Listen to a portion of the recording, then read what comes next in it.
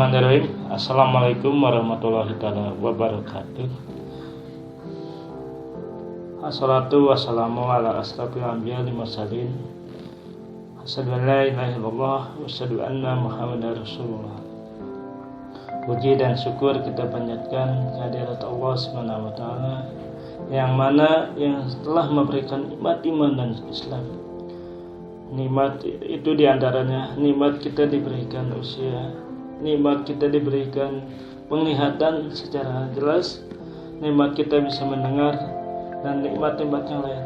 Maka dari nikmat itu sendiri kita harus disyukuri atas nikmat yang diberikan oleh Allah Subhanahu wa taala kepada kita semua. Salawat dan salam kita curahkan kepada Nabi besar Muhammad SAW. Semoga kelak di akhirat nanti kita mendapatkan syafaat darinya.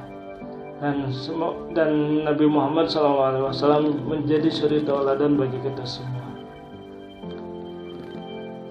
Menjadi seorang guru itu menjadi sesuatu yang butuh ikhtiar yang keras. Ikhtiar dalam mendidik anak, ikhtiar dalam komunikasi dan dalam proses pembelajaran yang disampaikan kepada anak-anak. Karena karakter dari setiap anak-anak itu sangatlah berbeda. Ada yang emang karakternya adalah yang keras, ada karakternya emang yang lembut, dan ada karakternya yang manja. Sehingga menjadi seorang guru, kita harus bisa membaca karakter semua anak itu sendiri, dan kita harus menjadi bagian dari orang tuanya. Tetapi menjadi seorang guru jangan semena-mena. Meskipun ada anak yang sudah melampaui batas dari tingkah perilakunya, kita harus bisa mengayomi dan adanya sebuah pendekatan yang secara nyata. Maka saya pribadi, Panji Setiaji, sudah mengabdi menjadi seorang pengajar sebagai guru udah hampir 6 tahun. Mulai dari SMK IT Madani Baros, Madrasah Diniyah Al-Ihsan, dan sekarang mengabdi mengajar di STN Babakan Selakaso, Sukaraja. Menjadi seorang guru sangat luar biasa. Itu pekerjaan yang sangat mulia. Guruku berkata, jangan kau tinggalkan profesi ini karena itu adalah pekerjaan mulia. Apalagi pekerjaan ini sangat banyak amalnya. Amal memberikan manfaat ilmu yang bermanfaat, baik ilmu agama ataupun ilmu pendidikan secara duniawi. Maka untuk itu kita menjadi seorang guru jangan menyerah dan putus asa dalam pengabdiannya. Meskipun menjadi seorang guru penghasilannya taklah seberapa. Saya pribadi digaji sebulan itu cuma 400.000. Jika berpikir secara logika, penghasilan yang segitu itu tidaklah mungkin cukup untuk kebutuhan sehari-hari. Belum untuk makannya, belum untuk bensin kalau kita punya kendaraan, belum untuk kehidupan sehari-hari di lingkungan keluarga, orang tua, adik, dan yang lain. Memang 400.000 itu nggak mungkin. Secara estimasi biaya segitu nggak bakalan cukup. Ya mungkin bisa lebih untuk sehari-hari. Tetapi saya berpikir bahwa ini adalah pengabdian sebagai bentuk ibadah kepada Allah.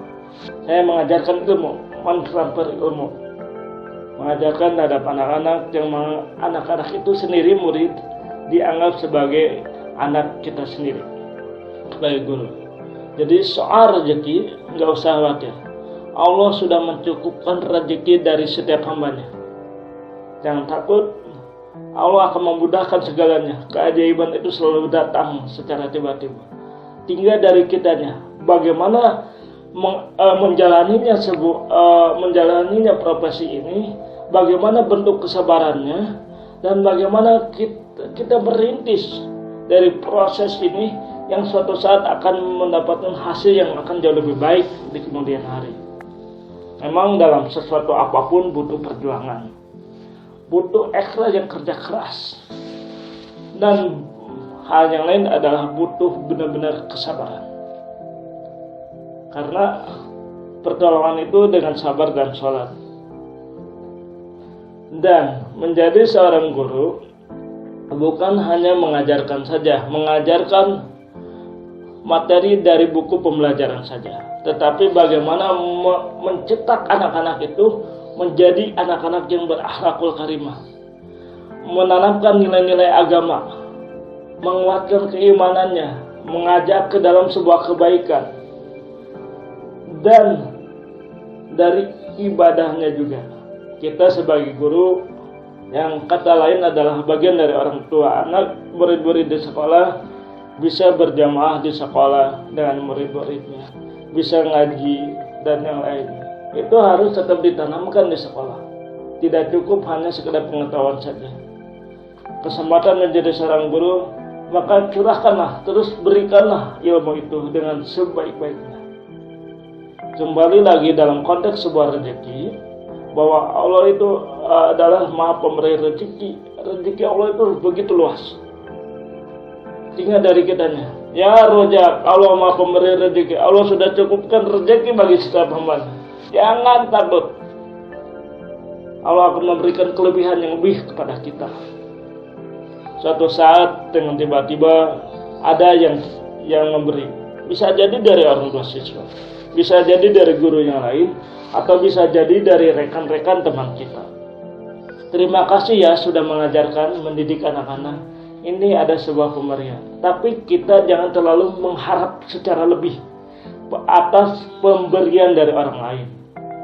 Nanti akan berjalan dengan sendirinya. Kita terus saja mengabdi, setiap hari terus mengajar. Jangan malas-malasan menjadi seorang guru. Apa yang harus dicontoh kalau cuma saat ini hanya malas-malasan? Mengajar dengan seadanya, keluyuran, pulang belum waktunya. Hanya dari buah kesabaran saya pribadi menjadi seorang pengajar, tidak tak sangka saya dan orang tua sendiri mendapatkan umroh gratis dari travel Surabaya yang akan berangkat bulan September nanti, pada rencananya bulan Maret, karena ada sesuatu hal yang memang pada saat ini sedang mewabah pandemi virus corona itu sendiri. Tetapi meskipun ditunda, itu sebagai bentuk rasa rindu kita. Rindu itu yang begitu mendalam kita rasakan. Ya Allah, ingin rasanya kaki ini melangkahkan di tanah suci, ingin rasanya ingin ke tempat Ka'bah. Tetapi itu butuh kesabaran. Suatu saat juga Allah akan memanggil kita pada waktu yang tepat. Kuncinya adalah yang pertama, sabar, syukur dan tawakal serta istiqomah dalam ibadah. Ya, jangan berkecil hati. Assalamualaikum warahmatullahi wabarakatuh.